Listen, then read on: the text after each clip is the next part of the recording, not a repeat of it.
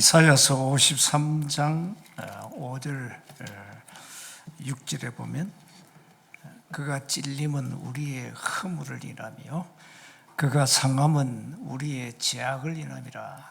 그가 징계를 받음으로 우리가 평화를 누리고 그가 채찍에 맞음으로 우리가 다 나음을 입었다. 우리는 다 양 같아서 그릇 행하여 각기 제 길로 갔거늘 여호와께서는 우리 무리의 죄악을 그에게 담당시켰다. 이 말씀을 세례 요한이 성취하지요. 요한복음 1장 29절에 보라, 세상 죄를 지고 가는 하나님의 어린 양이로다. 예수님 보고 세례 요한이 그 어린 양으로 오신 예수께서 우리 죄를 위하여 죽으시고 장사 지낸 바 되었다가 3일 만에 부활하셨다. 고린도전서 15장 3절 4절입니다. 이 부활하신 주님이 감람산에서 40일 동안, 사도행전 1장 3절에 40일 동안 제자들에게 아주 중요한 미션을 주었습니다.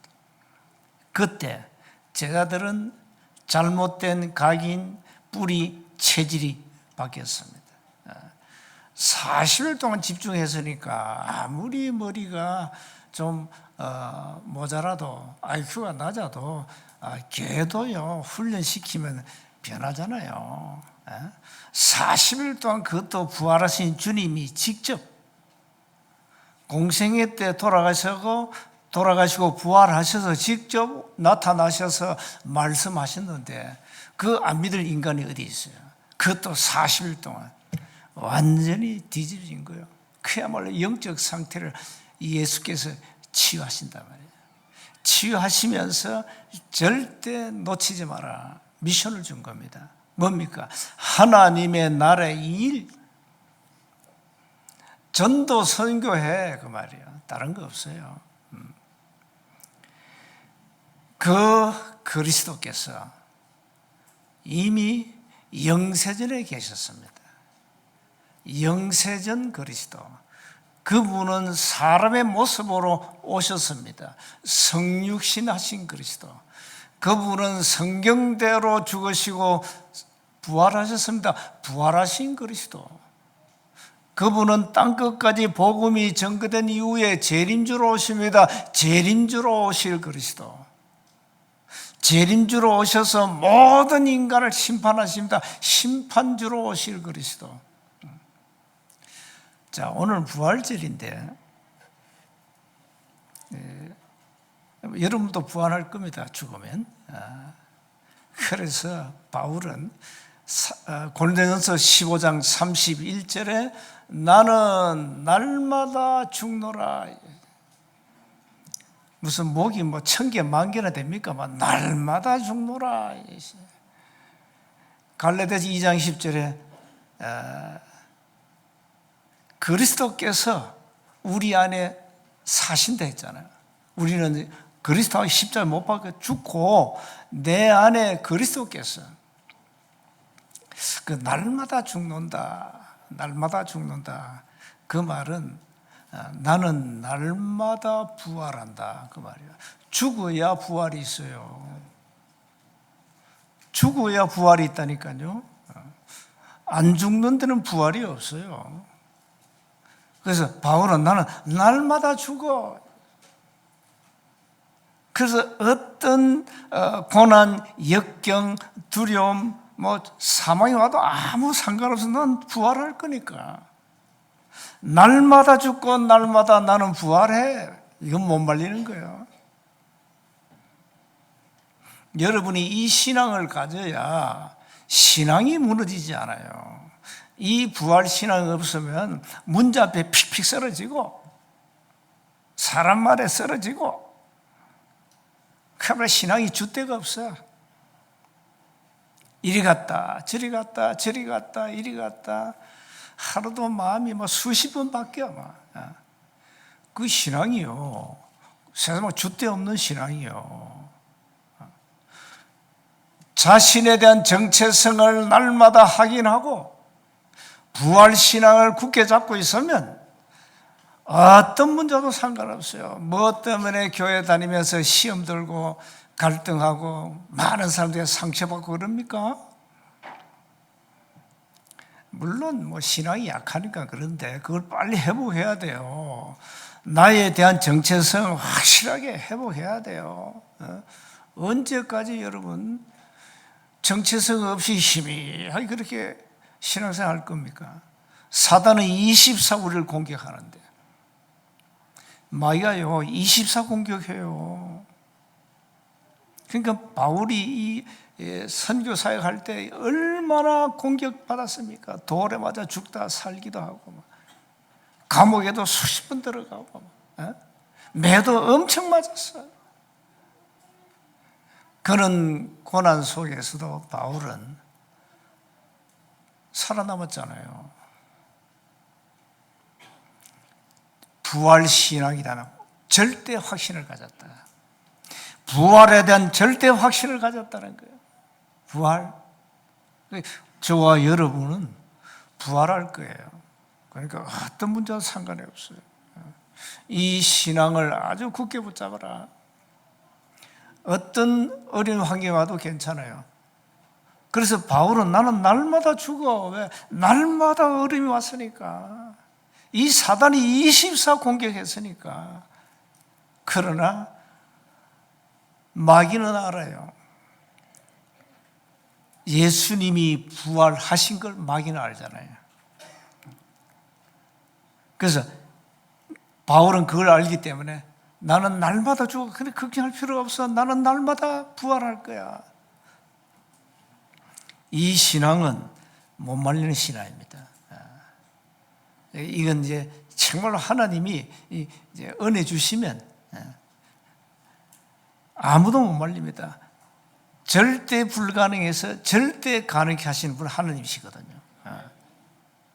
부활의 능력. 하나님은 모든 것을 가능케 하시는 분이다.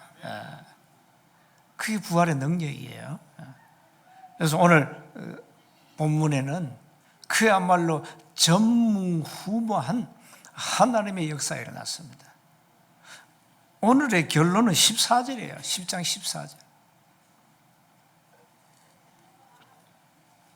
뭡니까? 여호와께서 사람의 목소리를 들으신 이 같은 날은 전에도 없었고 후에도 없었다. 전무후무한. 이는 여호와께서 이스라엘을 위하여 싸우셨습니다. 그러니까 여호와께서 싸우셨어요. 여호와를 이길 자가 누가 있습니까? 그래? 없어요. 없습니다. 이스라엘 역사 보면은 구약 역사를 보시면 전쟁사입니다. 전쟁사. 끝없는 전쟁. 피 터지게 싸우고. 이 여호수아도 보면 이 전쟁 아니에요. 계속 전쟁입니다. 그냥 하나님이 순탄하게 가나안 가서 살게 하면 되는데 이 적들이 자기 땅을 포기하지 않는 겁니다. 자기 땅인 줄 알고. 착각이지. 이스라엘 백성들의 땅인데 내놔야 되는데 그럼 자기들도 뭐 안 죽고 사는 길이 그건데 끝까지 대드는 거야. 끝까지. 그러니까 끝없는 전쟁. 지금도 뭐 전쟁터. 역사의 인류 역사에 막 전쟁의 역사입니다. 전쟁의 역사. 자, 우리는 눈에 안 보이는 소리 없는 전쟁하고 있습니다. 그게 뭡니까? 영적 싸움입니다. 사단과 영적 싸움. 절대 포기하면 안 돼요.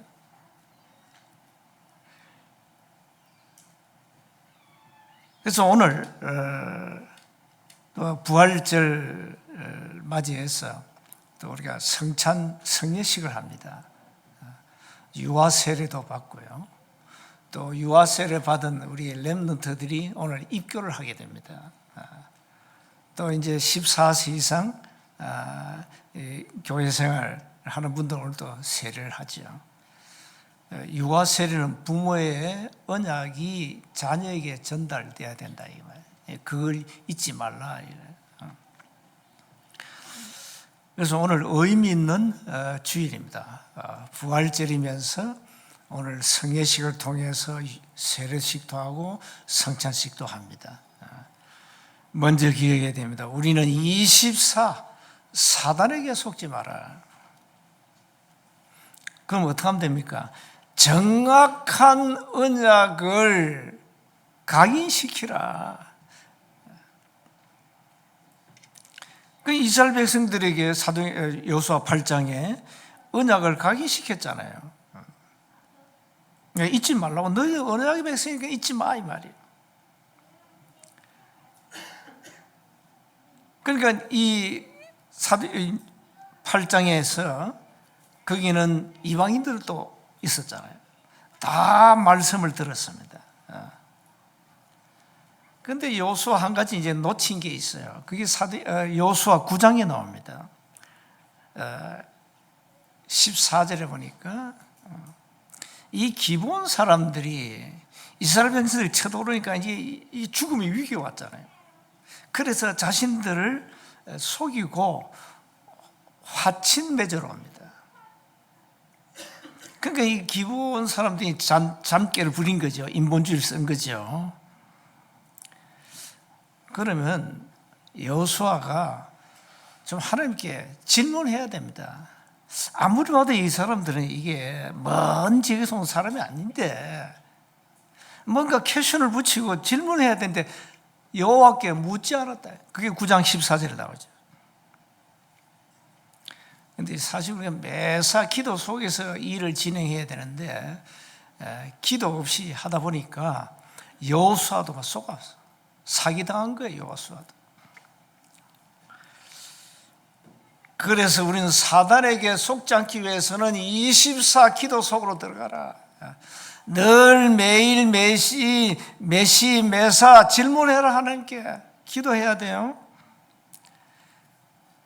자, 그러니까 이 기본 사람하고 이스라엘 백성 여호수아하고 하친을 맺어 놓으니까 이 아모리 연합군이 저 기본을 쳐야 돼. 지금 우리하고 같이 가야 되는데 이게 이제 이스라엘 편에 붙어버렸어. 그러니까 이 사람들이 동맹해가지고 기본을 치는 거예요. 치러 온 거예요. 그 기본이 막 깜짝 놀란 거예요. 요즘 뭐 죽게 생겼지? 이러니까 기본이 여호수아에게 우리를 도와달라. 아모리 연합군이 우리를 치러 온다. 이래 된 거예요. 그래 전쟁 붙은 거예요. 오늘 보면. 그런데 8절에 여호와께 이렇게 말씀합니다. 그들을 두려워하지 말라. 그들이 누굽니까? 아모리 연합군 두려워하지 마. 내가 그들을 네 손에 넘겨주었으니 그래. 그들 중에서 한 사람도 너를 당할 자 없으리라. 그렇죠. 이미 여호수아 1장에 이미 약속했잖아요. 이래가지고 여호수아가 이제 아모리 연합군을 칩니다. 치는 내용이 올라가잖아요. 전쟁이 일어나겠죠. 전쟁 보면 하나님이 하시는 내용이 나오잖아요. 12절에 보세요. 그들이 이스라엘 앞에서 도망합니다. 아모리 연합군이죠. 벳호론의 비탈에서 내려갈 때 여호와께서 하늘에서 큰 우박 덩이를 이 하나님 역사 한번 보세요. 아세가에 이르기까지 내리심에 그들이 죽었으니 이스라엘 자손의 칼에 죽은 자보다 우박에 죽은 자가 더 많았더라. 이런 천무후만 일이 일어난 거예요. 세상에 이스라엘 그 군인들 창과 칼에 안 죽고 우박에 죽은 자가 더 많았어. 그 얘기. 이게 하나님이 하신 거죠. 이런 일이 일어난 거예요. 여호와께 12절에 아모리 사람을 이스라엘 자손에게 넘겨주시던 날에 이게 중요한 거죠. 여호수아가 여호와께 아뢰입니다. 지금 하나님이 우박을 내려가지고 아모리 연합군을 친단 말이에요. 치고 있는 중이에요. 그러니까 정말로 세 번째 하나님 전무한 후만 역사 일어나죠. 이때 여호수아가 이게 참 좀 영적으로 밝은 사람이죠. 무슨 기도합니까? 태양아, 달아, 스탑해라. 왜 그럽니까? 자, 해가 지면 그 지형을 가장 잘 아는 사람들이 아무리 연합군이에요. 그러면 이 지형은 한 번도 가본 적이 없어요, 여호수아가. 어두우면 전쟁이 사실 불가능해. 여호수아가 불리하다 이 말이에요. 그러면 하나님 역사하실 때 어떻게 됩니까? 하나님이 더 치시도록 이제 정말 되지도 않는 그야말로 상상 못한 기도를 한 거예요. 태양아 달아 스탑해라 이 기도한 거예요. 그 내용이에요. 13절에 태양이 머물고 달이 멈추기를 백성이 그 대적에게 원수를 갚기까지 했다. 원수를 갚기까지 아무리 그걸 다 치기까지는 태양이 스탑됐다. 달도 스탑했다. 이런 전무후무한 일이 일어난 겁니다. 그 내용이 13절이잖아요. 그래서 14절에 이렇게 여호와께서 사람의 목소리를 들으신 이 같은 날은 전에도 없었고 후에도 그야말로 전무후무한. 그래서 결론은 여호와께서 이스라엘 위하여 싸우셨다. 전쟁은 여호와께 있다. 승리도 여호와께 있다. 뭡니까? 전무후무한 역사가 일어났단 말은 뭡니까? 하나님의 절대 응답이 일어났다. 그냥 전쟁 그냥 쉽게 끝난 겁니다. 우박을 가지고 때리니까 감당이 안 되지요. 하나님이 이렇게 역사해 버리니까 이스라엘 이길 자가 없어요. 왜? 하나님이 하시니까. 그 내용입니다. 하나님의 절대 계획은 아무리 연합군이 바꿀 수 없어요. 아무리 연합군이 아무리 힘을 모아 이스라엘 친다 해도 지게 돼 있어요. 왜? 하나님이 싸우시니까. 자, 이런 놀라운 전무후무한 역사가 일어난 겁니다. 부활은 그야말로 전무후무한 하나님의 역사 아닙니까? 여러분 일반 상식적으로 여러분 배운 지식으로 부활이 이해됩니까?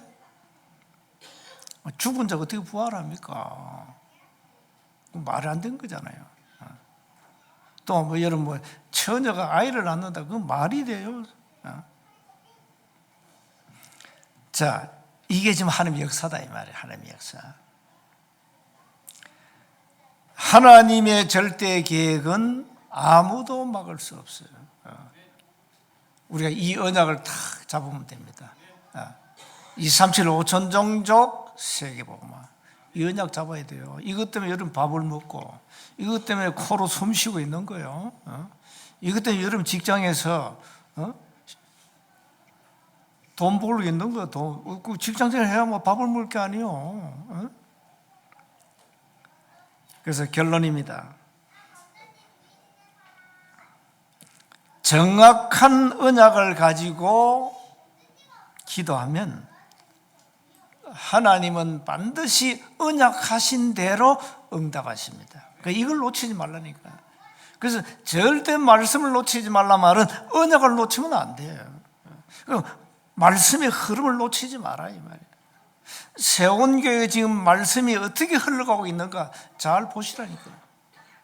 이 강단 메시지 통해 하나님이 어떻게 우리에게 말씀하시는가 그 말씀의 흐름을 보라니까. 그리고 우리 본부의 흐름은 어떻게 갑니까? 지금 2, 3, 5천 종족 살기 위해서 이 흐름이 있잖아요. 지금 우리가 2, 3, 5천 종족 세계복음을 위해서 세계 선교대회 이달을 하잖아요. 이거는 어마어마한 거예요. 자, 이런 흐름을 보면서 여러분이 좀 성령인도를 받으라 이 말이에요. 그러면서 불가능한 상황이 올 때 하나님께 붙잡으세요. 여러분이 어려움 올 때, 시험거리 올 때, 갈등이 올 때 매 순간순간마다 나의 정체성을 확인하시라. 이거 놓치니까 자꾸 무너지는 거예요. 정체성을 확인하세요. 나는 하나님의 자녀야. 인간의 최고의 권세는 하나님의 자녀 되는 거 아닙니까? 그렇다면 어떤 시험 갈등 와도 나와 상관이 없어야 돼요. 그게 무너지면 여러분 정체성이 무너진 거예요. 아, 저 사람이 요즘 시험 들었습니다. 그래? 아, 저 사람 매우 많은 갈등을 하고 있습니다. 그래? 답, 정체성이 무너져서 정체성이 무너진 거야. 자기가 누군지 몰라. 자기 상실이야. 그러면 흔들게 돼 있어요.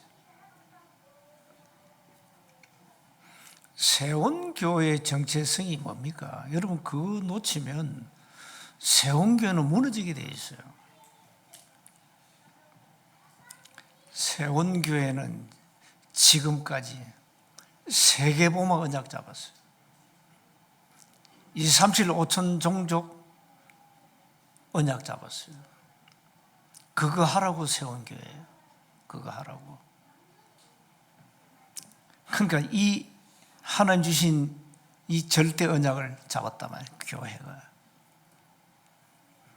이거 아니면 교회는 필요 없어요. 이 언약이 없는 교회는 쓸모없는 교회이기 때문에 하나님은 없애버려요. 그래서 새 교회가 문 닫고 있는 거예요. 성경의 본질을 놓쳤다 이 말이에요.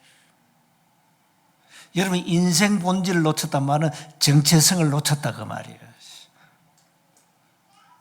그 본질 놓치면 그래야 돼요. 여러분 본질 놓치면요 불신자 똑같아요. 똑같습니다.